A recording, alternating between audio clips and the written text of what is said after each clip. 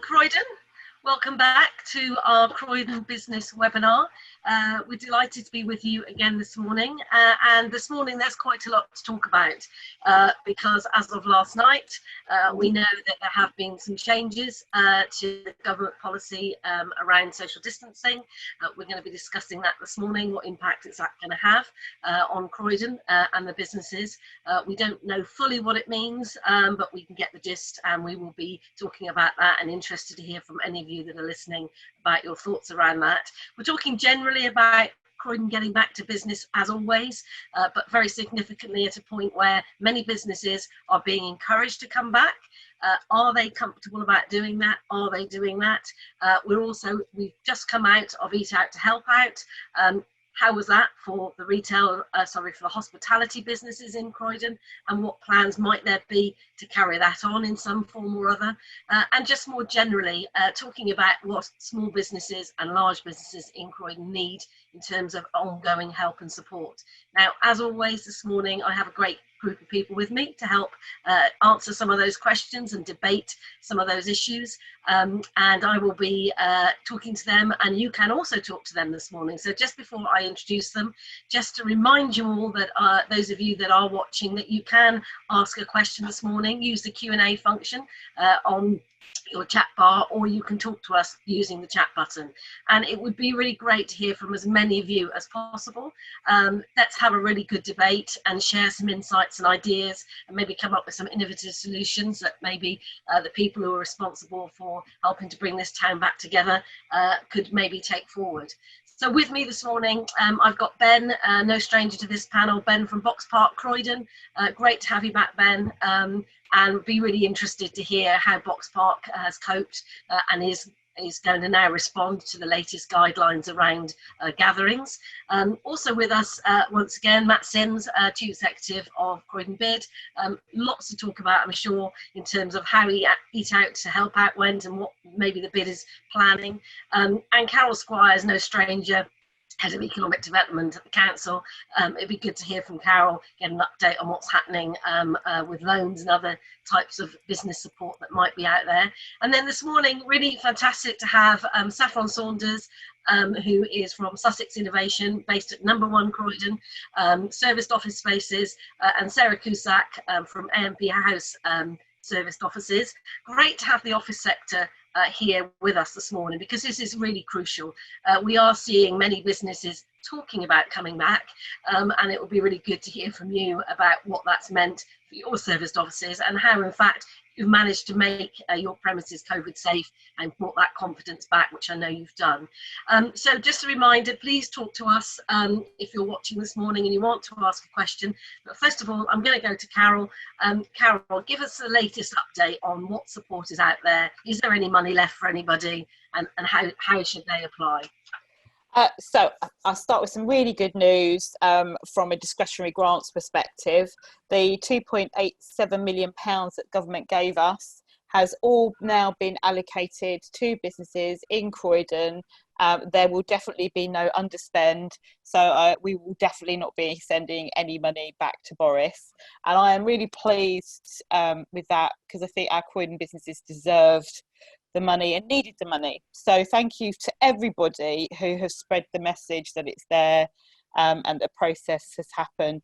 And that has supported 600 businesses, all in all, so far.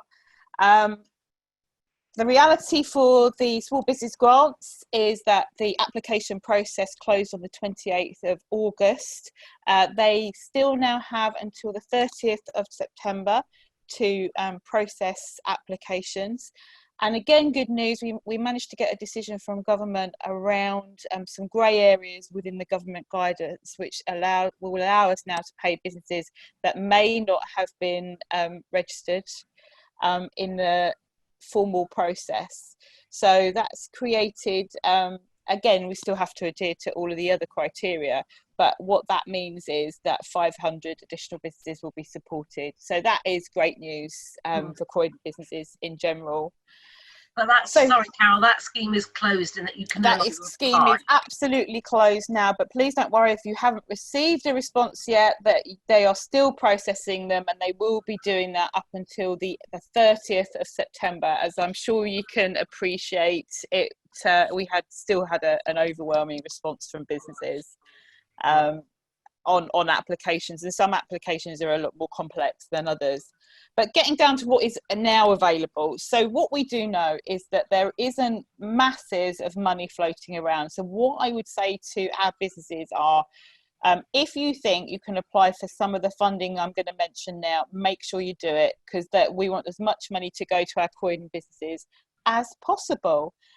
So the first one is Coaster Capital.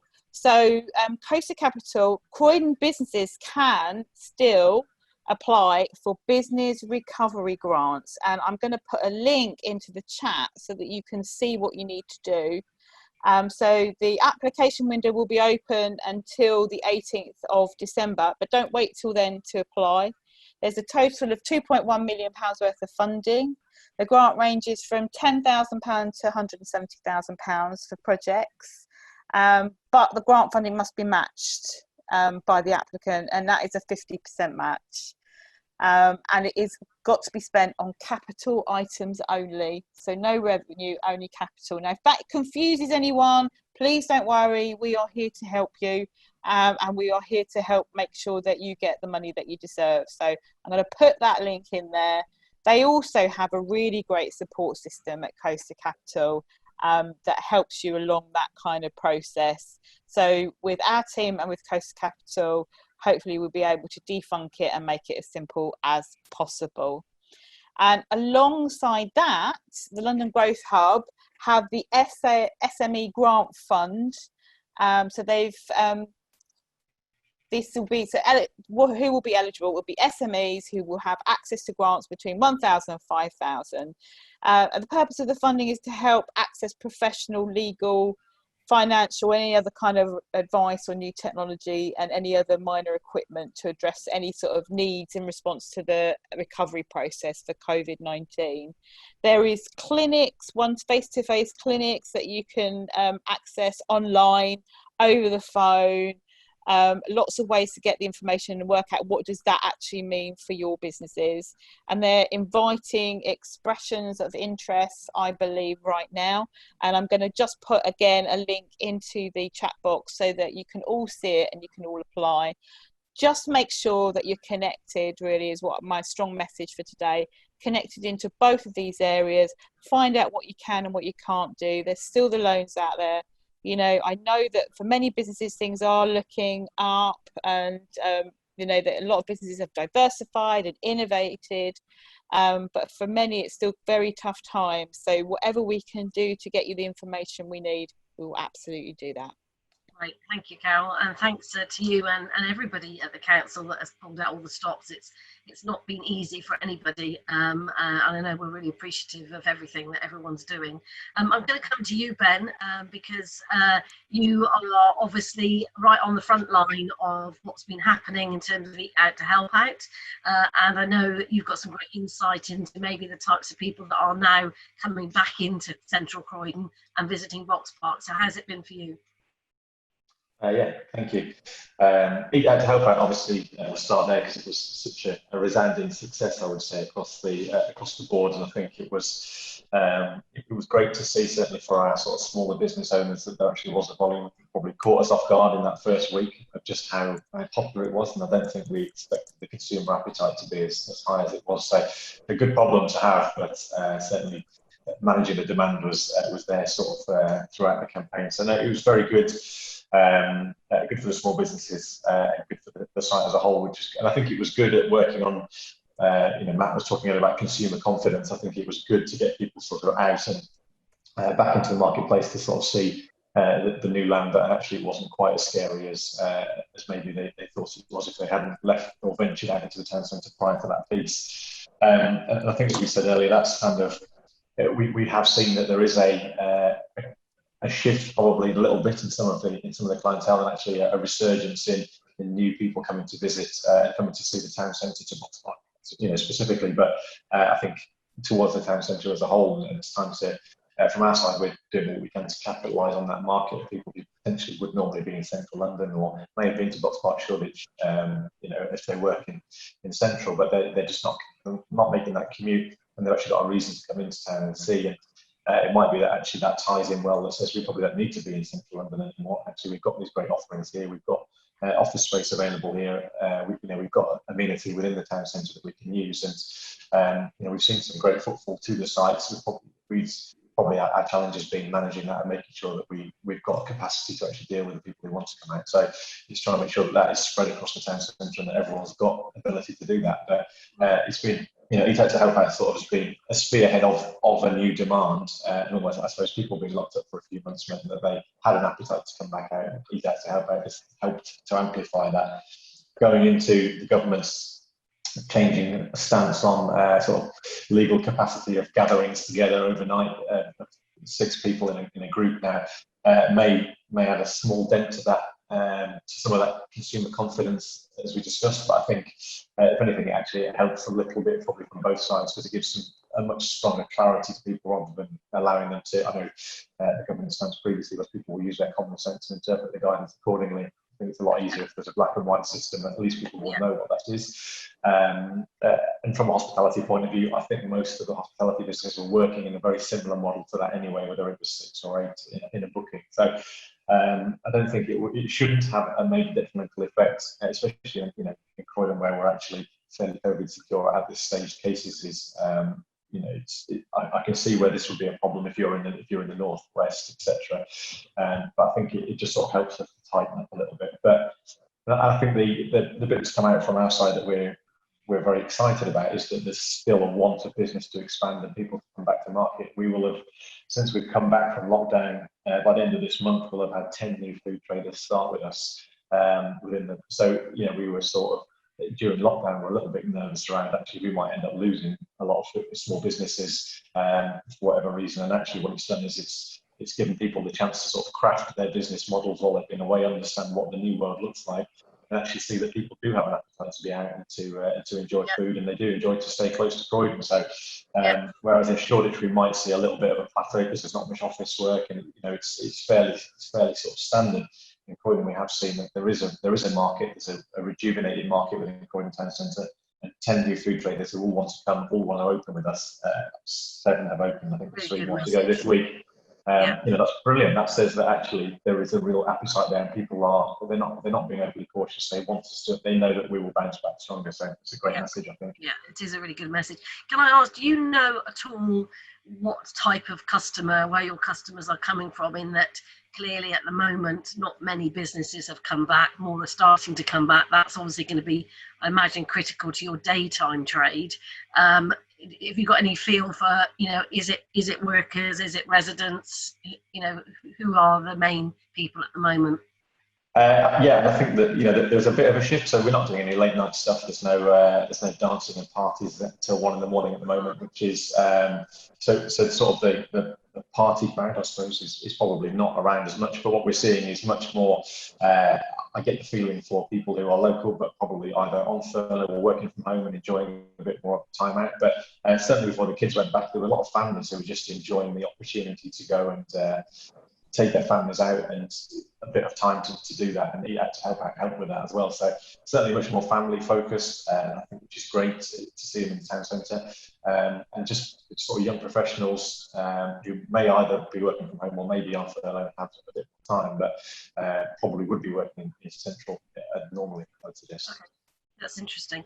Matt, from a bid perspective, where are you going next with your plans for what maybe initiatives you're coming up with following, what the announcements are today? What's your view of what's going to happen?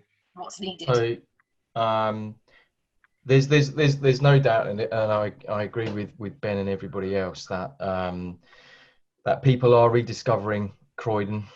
Those that haven't been into the town centre for some time are coming in, and also to the districts. I think we have to be honest that in some cases it's not because they want to, it's because they have to, and they don't want to travel too far. They're concerned about the level of cases and the like, and therefore, Croydon is their local shopping destination, and that's why we're seeing some of the numbers that we've got. You know, when you look at footfall for Croydon, you compare it with Central London. We are performing generally well.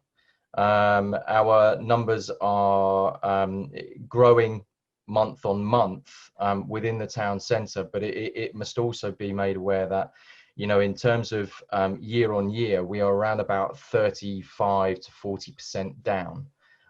So there is a significant gap that we are trying to claw back. I think the announcement that was made last night, which, you know, its purpose is to provide clarity to you and I, and you know, I guess to some degree to support businesses. Although I'm not sure how that will help in the long term. My concern with the announcement is that consumer confidence will be damaged by it, and it will make me and you and everybody else consider about the second wave, if there, you know, if one is coming. And, you know, I don't want to say that there is, but I would say there is. But it's a real concern for people. So I think our job first and foremost is to make that safe and secure environment, to work with the retailers and hospitality to make sure that they have what they need, and to communicate that through. Two of the issues or areas that we're working on, one is to work with the commercial sector, and to work with the commercial sector to get employees back into the town centre.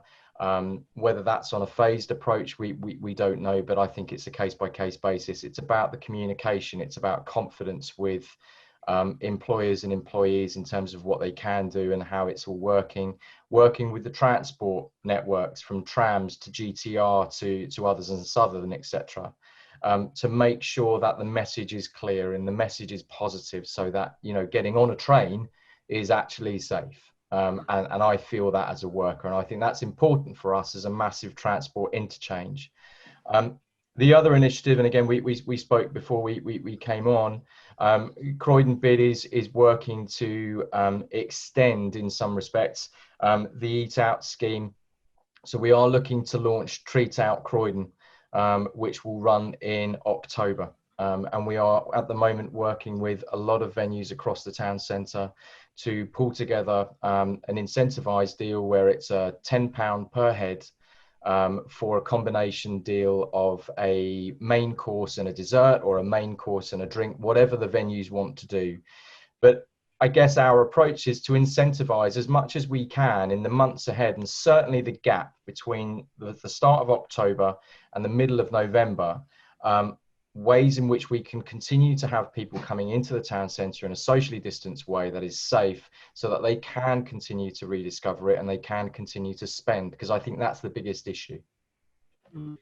So I think really interesting points, and be very keen to hear from anybody who is watching on their views. But I think that you know, the government announcement last night is intended to make people feel more safe, not to knock their confidence. And personally, I know I've eaten out in restaurants where I've had a big group of people sat next to me that has been very unpleasant, and has made me feel unsafe.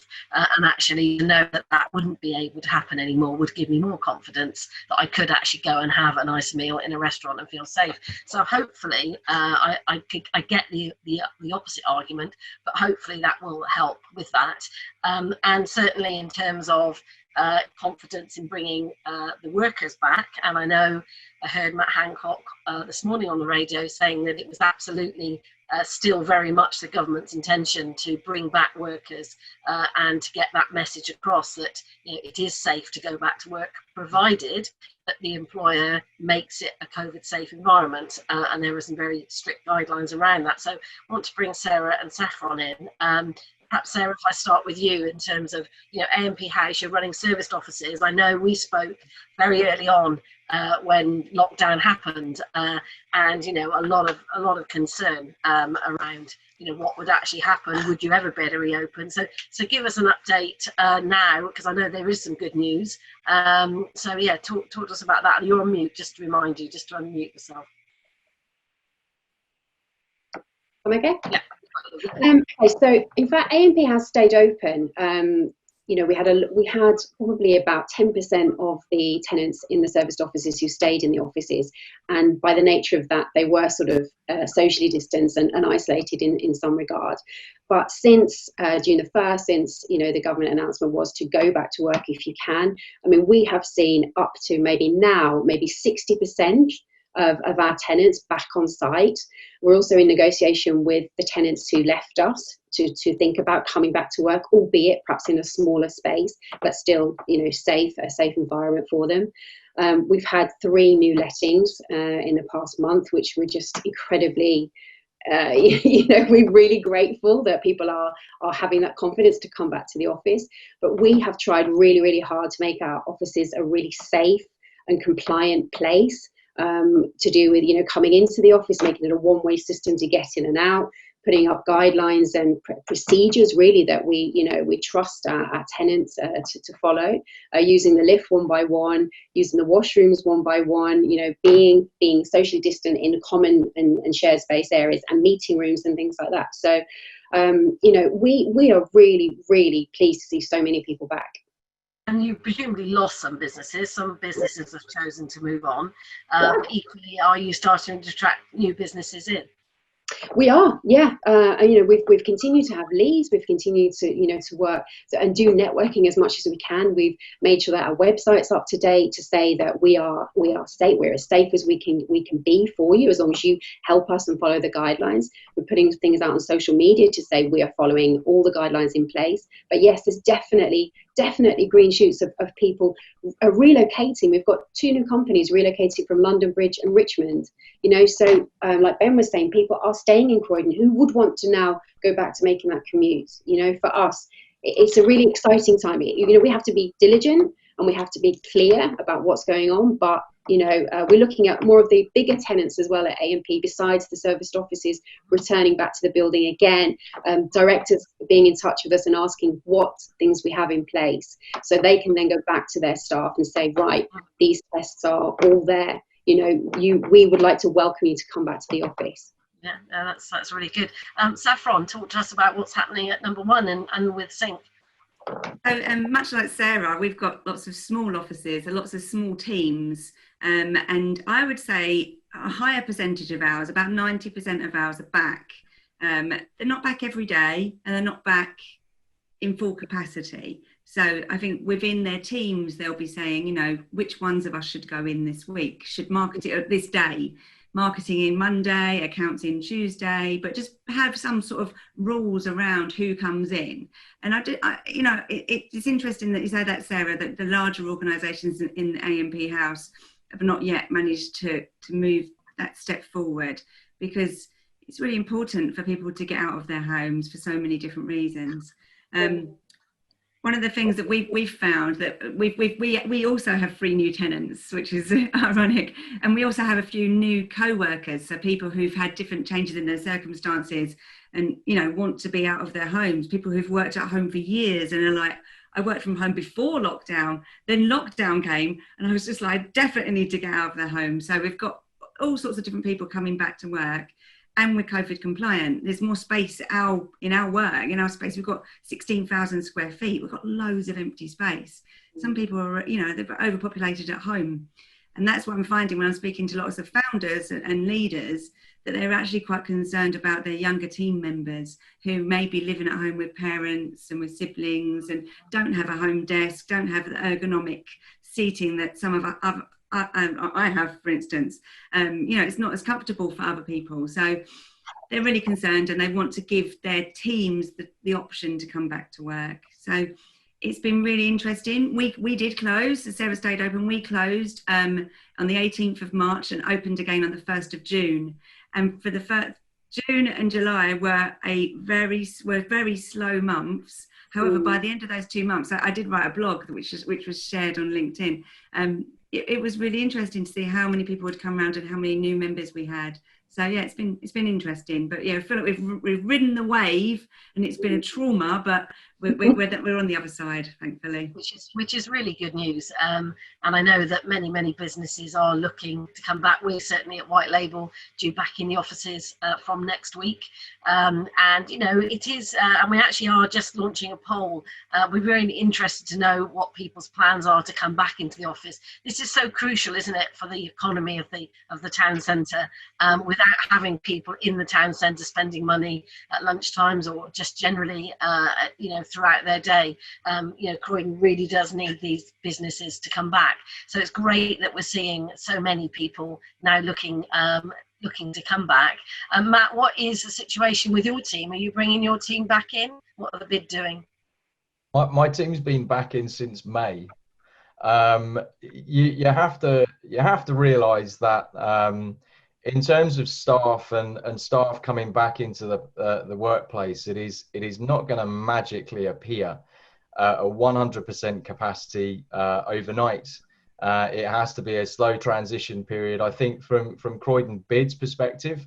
And again, we talk with lots of other employers from a commercial market too, but from our point of view, my team have been in the office since May. We've been spray painting in the town centre. We've been doing all sorts of things. So I think if you averaged it out, my team have been in the town centre 3 days a week. I'm on 2 days a week. And in terms of the ambassadors have been back since June. So, you know, I think the one thing to say, and certainly with regards to a lot of the stakeholders and the council and lots of others, is that although we went through lockdown in March all the way through and coming out the other end, we haven't stopped. We've kept going.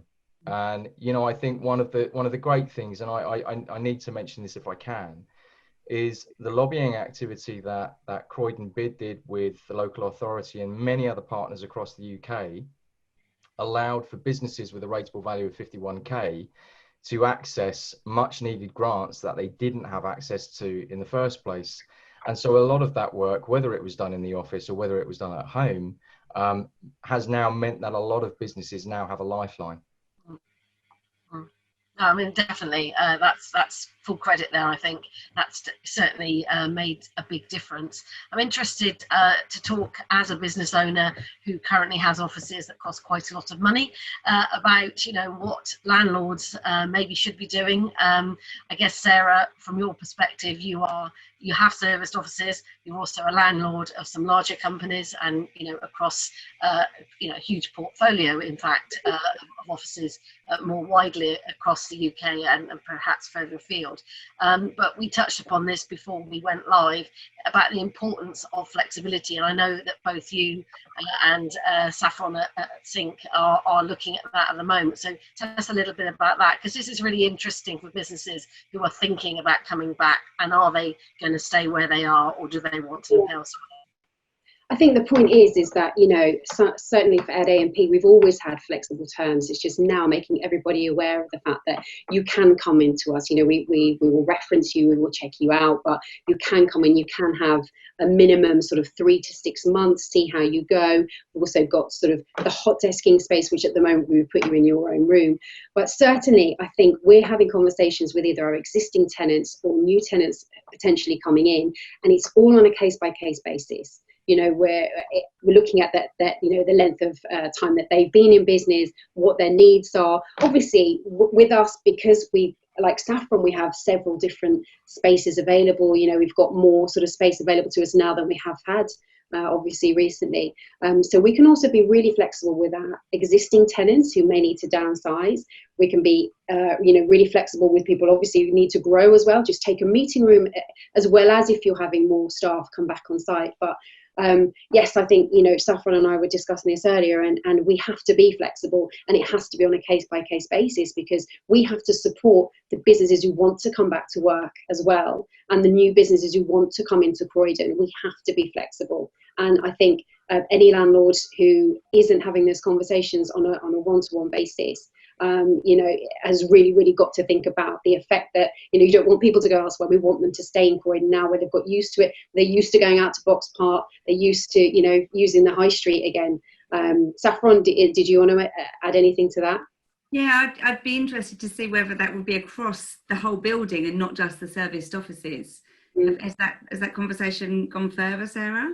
I am not always party to those conversations. I was certainly in a meeting last month about that, and I think yes, our agents are speaking to all our other members, and also the retail sector around AMP, and they're having discussions about rent concessions or rent holidays, or I can't really hand on heart speak confidently about that, but certainly those conversations are taking place for sure. Yeah, I think the whole of real estate is having to really shift where it stands, and we're lucky that we're one step ahead already, because we already have our flexible terms.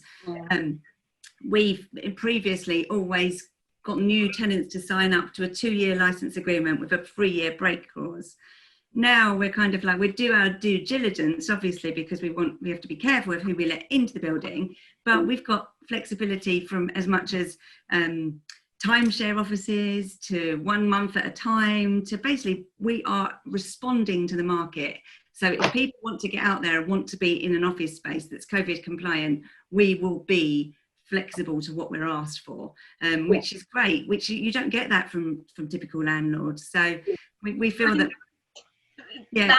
landlords are going to have to take this into account, a typical example is white label. We do have a break clause next March.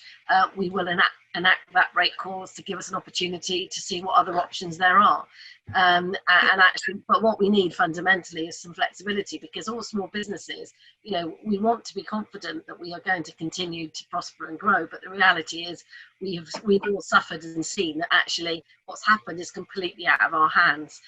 So we have to make sure that we are as safe as we can be moving forward, and not put ourselves at undue risk of what might happen in the future, because we don't know what might happen in the future. And I think that's really key. Yeah, and we've written into our terms, if there is another lockdown where the government specifies that everybody must stay home, then we will give a month, the amount of time without charge. So we're doing our best to be as accommodating as possible, which I think is quite different to most landlords, but maybe it's time for them all to change. And one of the things that Matt was saying about Croydon being busier now, and Ben was saying as well, we were on another meeting last week where Peter from London Chamber, Peter Bishop was talking about the donut effect, which I thought was a really good analogy of how periphery areas like Croydon have been able to come back from this, because people aren't walking to these services, walking to new offices, walking to Box Park, going and using the local spaces. What happens in London, it's really difficult. I got the train yesterday for the first time, and the train is very safe because no one's on it. East Croydon was unbelievably dead. It was just unbelievable, even at this stage where if you go out at the weekend it's busy in most places. I think the same. It's very strange. It's very strange. Ben, I meant to say, Ben, in terms of retail leases and your sort of flexibility, I know you were probably different to maybe a normal retail environment before anyway, but how have you had to relook at that in terms of getting businesses to sign new leases? I think, as Saffron was saying, it's this level of not really knowing what's coming up. Flexibility for the future is key. I think there will be some normality when we come out the other side of this. So it's not necessarily that we should. We're not saying we should reinvent the wheel as of now, because this is something that will hopefully, 12 months' time, we'll sort of go back to some form of normality as regards that. But it's what we did for this period. I know that Roger, the CEO, has been very trying very hard to work with some of the other property sides, as well as hospitality sides, to look at how to support for business owners, for landlords, because it needs to be a bit of a two-way street, because there's always the way of tenants can sort of say, we're going to enact our break clauses, etc., to review all these pieces, but the landlords still will have whatever they have to pay. So we're trying to find that happy medium. We went through lockdown, and Staff also been sort of waived all rent during all closure periods across the board, which I know a lot of our sort of colleagues in the industry didn't necessarily do that. So we were probably at the front of that, of saying from day one that they were closed, we're not going to charge any rent during that period. And then sort of trying to be a little bit pragmatic when we come back around, just seeing what actual things like before we make sort of snap judgments on what we're going to do X, Y, and Z to see how things are, because we have come back and it's been different to certainly what our expectations were. So we're glad that we didn't make any sort of decisions based on conjecture, but still waiting to see if the government is going to do anything. The rent enforcement moratorium coming to an end soon. We're hoping there'll be some sort of light at the end of that tunnel, but if not, it will cause a knock-on ripple effect, and we need to see how that shakes out before we sort of make any long-term strategy based on it, because we'll put a lot of people in a lot of tricky positions, and you get a lot of people just not paying rent because they don't need to, or at this stage, or just then surrendering at the end. So from our side, we want to work with that, and we, as a business owner and landlord, we sit on both fences. We've got businesses where we are the tenant and we are the landlord, so we can see it both ways, and we're very keen to make sure that it works for both parties. Because it doesn't work for any, if landlords will go bust, it doesn't work. If tenants will go bust, it doesn't work. So it's trying to find that happy medium in between. Still lobbying the government to try and do some support within that part. We were very keen that the government would sort of match any rent freeze that had been done, but I think that's still a very long way off, and there's still lots to do there. But it's about trying to be reactive for a longer term vision. It's not just about today or tomorrow. It's not just about a bit of rent free here or there. It's about what is the strategy to get out, and how do we, how do we get as much business in to make people the ability to pay rent, and then how do we sort of work around that? But it's very, at this stage, flexibility is the key. We're coming up with some interesting times in terms of the end of furlough. What impact that might have as it draws to a close. Interestingly, the results of the poll are that 63% of people are already back, which is good news, and another 13% expecting to come back within the next month. So some really interesting stats, and only sort of 25% of people who are still undecided, but definitely there seems to be this understanding that we are all going to come back. Carol, interested to hear about the high streets in the district centres. We know from early on, and we know just generally from the news, that local high streets are hopefully seeing an uplift, and businesses are pivoting and changing. Is that true in the districts in Croydon? Definitely, and I think we've been naive to believe that whilst it's really heartening to see people coming back. There is an agility now to the way people want to use their time and the way people want to use their space. And I think businesses will be, like yourself, small businesses and large businesses will be demanding more from landlords. And interesting enough, we've always worked in an agile way. So home working has always been part of our culture. But it's really important to make sure you also have that kind of space as well. I think for district centres and Croydon in general, I'm going to be honest, there's massive opportunity here. Using that kind of flexibility, the networks, we've had an uplift of businesses looking to come out of the city. And quite often it's because the MD lives in the borough and wants something a bit closer, doesn't necessarily, they want something more flexible. Saffron and Sarah are very canny around what they're doing at the moment and leading the way in this. And I think flexible is absolutely going to be the key. But now is the time to grab that movement of the encouraging businesses to see what space we've got. And I think we've got the structure to be able to do that with our partners and Develop Croydon and things like that. District centres definitely have seen an uplift, and again it's been an interesting one. We see more people trying to look at workspaces inside district centres, but what we do know about the high street is that it's changing, and I think actually there's a lot to be said about looking at embracing some of that change and moving towards something, because it's all going to come to human behaviour, whether it's a district centre, whether it's a town centre. What are people looking for? And for me, they look for experience. And they look to connect. And you're not going to get that kind of connection sitting at home working as you're going to get with Sarah and Saffron in community, or enjoying an evening out at Box Park. So it's interesting times, but there is lots of opportunity here to grab, and you can see it coming through. Saffron? I was just going to add that it's ironic that Sarah and I, both promoting office space, are both working from home today.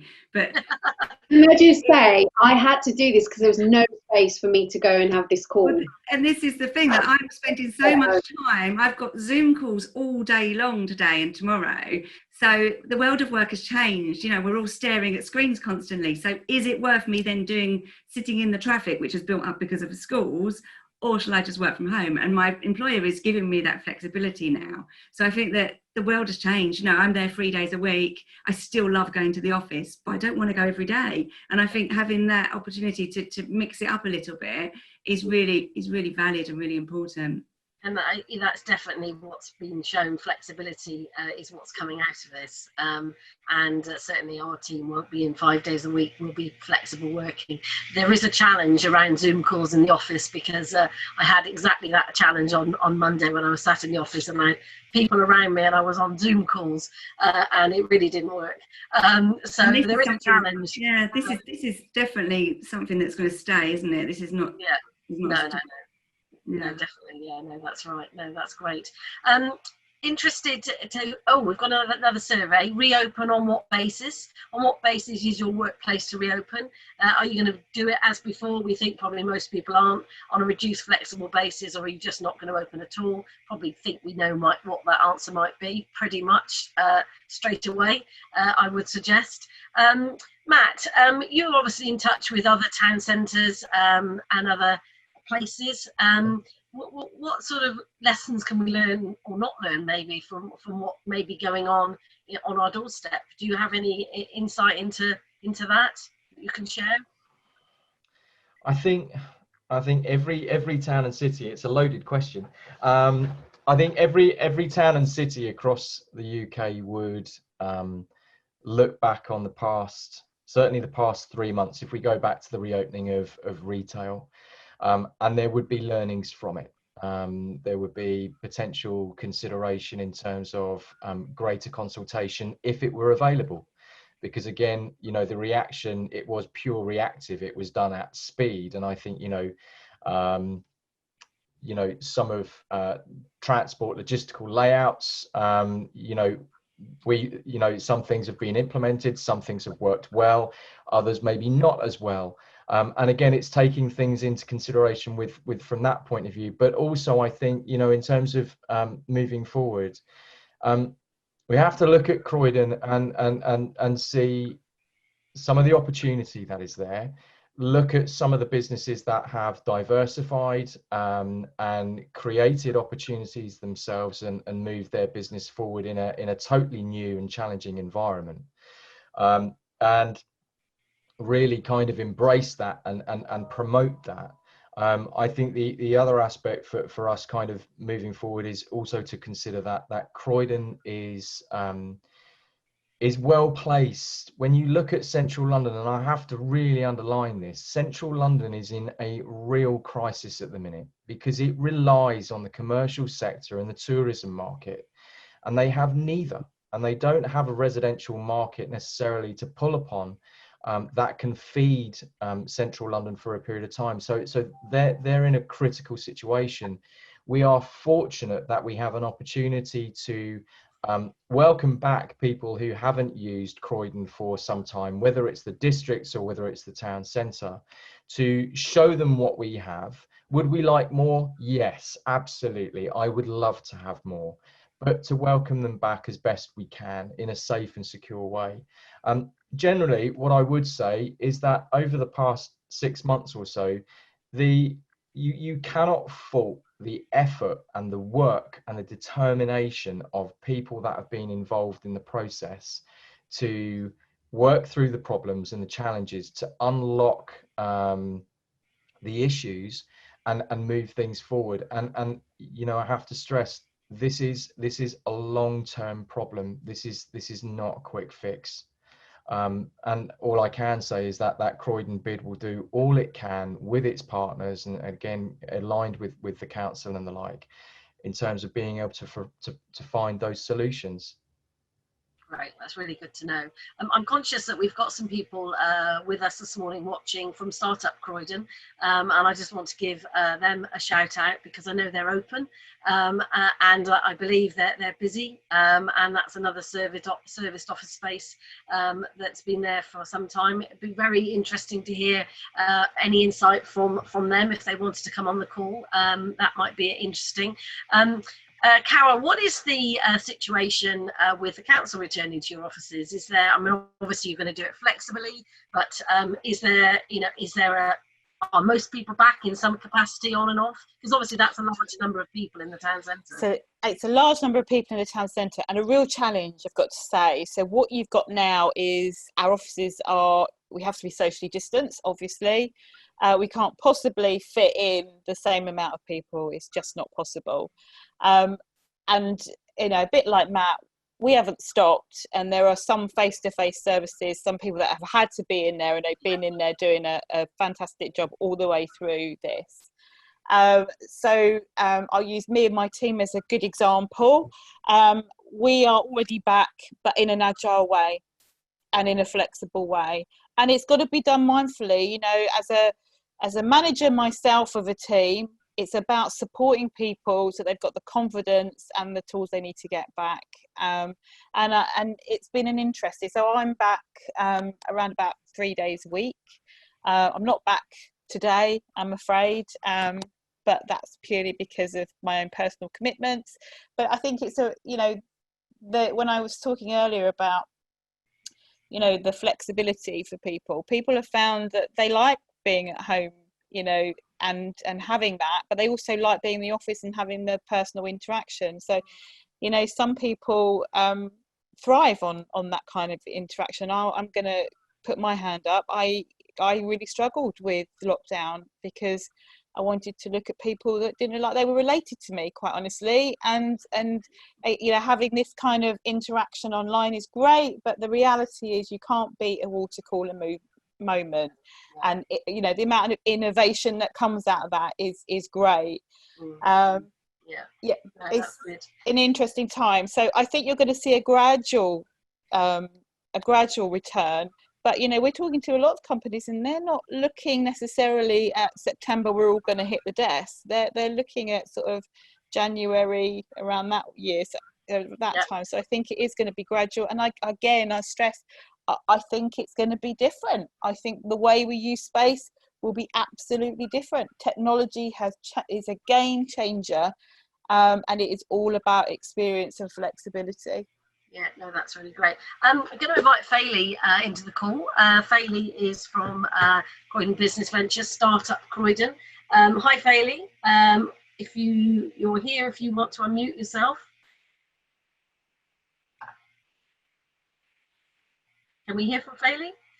I can see her, but I can't actually. Okay, I'll come back to Fayley when she's worked out how to unmute herself. Okay, we'll come back to that one. Ben, just coming forward to you, we're obviously heading towards Christmas.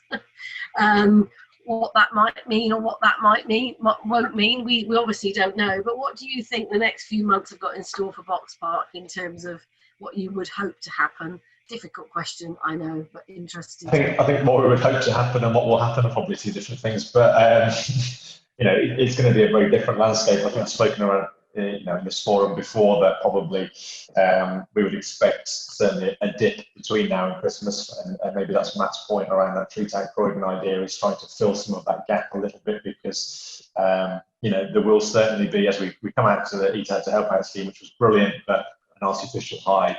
And yes, it's given some consumers some confidence, but as Matt said, it's probably been dented today by saying the parties need to be smaller because cases are on the rise. And the media scamming around case numbers doesn't help the situation, I think, from that point of consumer confidence. If it's, we're very sort of trying to continue that message of we're still a safe place to go and still a safe place to eat out. If you need to do it as a group of 6 rather than a group of 8, so be it.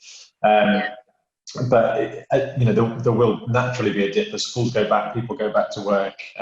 It becomes, we come to the end of the furlough, and what's going to happen at that point if people are going to end up potentially losing jobs, or certainly looking at different income structures to their lives. Sure, we're going to see a drop off in hospitality because there'll be less disposable income for that period. So I think we're sort of forecasting that we've probably had a relatively buoyant period coming back out of it, being able to help out, etc., and a bit of stir craziness. People want to get back out and enjoy some stuff, but I think we're forecasting that there will be a bit of a downturn from now till Christmas. What happens at Christmas? We will probably see. I think we're saying we will see a good number of people wanting to go out to enjoy themselves in that period, but we're not going to see any of the corporate business. You're going to be a brave office manager that says, I'm going to organise a Christmas party for 50 people. We're just not going to have any of that part, because it might not even be legal by that point, and even if it is, you're not going to do that anyway. So I think there will still be the core consumer that would go out at Christmas will still go out, but I don't think you'll see any of the big block bookings that you would have seen. So Christmas will certainly be down like for like across the board, but it's getting through to next year and putting in, hoping that there is some normality as regards to event spaces, to late night, to dancing, to parties that will sort of come in early next year, to advertise to the students, to those groups of people, office parties, big birthday parties that we can't currently, as a sector, we can't really entertain. We need to sort of eyes on the future for that. Really. Yeah, no, that's really good. Jeff, I think we've got Jeff Ransom with us. Can we hear you, Jeff? Yeah, can you hear me okay? Yeah. Jeff, you were from Startup Croydon. Yeah. Just tell us a little bit about what you've been doing down there. Well, it's very similar to what Sarah and Saffron's experiences are. It's a gradual comeback to the offices that we've decided to not be flexible as well. I think that's what the mode of things that is now, is actually being flexible. In terms of that, we've got some more of our spaces is we're doing it on a daily basis, so that people can actually come along and have a hot desk for a day for £25, and the potential discounts. But we can also talk to the actual businesses themselves. We've also been actually returning our training courses to a face-to-face setting as well, so that there's gradual or mixed take up on that. There's still that wanting to actually get out and meet face-to-face with people and attend things, but there's also that reticence, from others to actually, is it safe, to actually do that. What we've done.